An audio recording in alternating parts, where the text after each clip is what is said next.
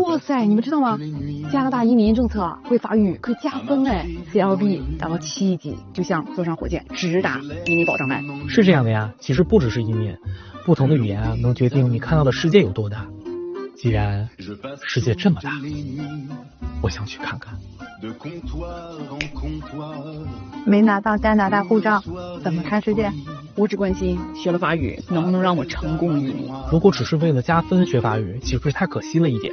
学习了法语，你将看到的是一个全新的世界。它还可以让你浪漫一把，真的。